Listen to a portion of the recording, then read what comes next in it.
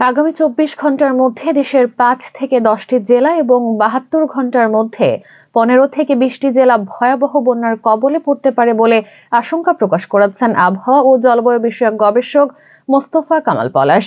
বৃহস্পতিবার ফেসবুকে দেওয়া পোস্টে তিনি এই আশঙ্কার কথা জানান। বলা হয়, ২৪ ঘন্টার মধ্যে পদ্মা নদীর এবং এর শাখা ও উপনদীগুলোর তীরবর্তী জেলাগুলো বন্যা কবলিত হওয়ার প্রবল আশঙ্কা করা হচ্ছে।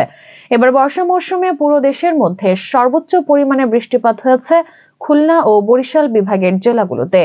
এ কারণে ইতিমধ্যে খুলনা বিভাগের বিভিন্ন নদ নদীর পানি বন্যা বিপদসীমার কাছাকাছি উচ্চতায় রয়েছে। ফলে বুধবার পদ্মা নদীর শাখা নদীগুলো দিয়ে যে পানি প্রবেশ করা শুরু হয়েছে, তার কারণে বৃহস্পতিবার থেকে রাজশাহী ও খুলনা বিভাগের অনেক জেলা বন্যা কবলিত হওয়ার প্রবল আশঙ্কা করা যাচ্ছে। তিনি আরো বলেন, বৃহস্পতিবার থেকে আগামী ৩ দিনের মধ্যে ১০ থেকে ১৫টি জেলা বন্যা কবলিত হওয়ার আশঙ্কা করা হচ্ছে।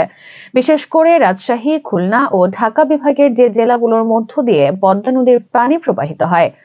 এদিকে বৃহস্পতিবার ইতিমধ্যে রংপুর বিভাগের তিস্তা ও দুধকুমার নদীর পানি বন্যা বিপদসীমার উপর দিয়ে প্রবাহিত হওয়া শুরু করেছে।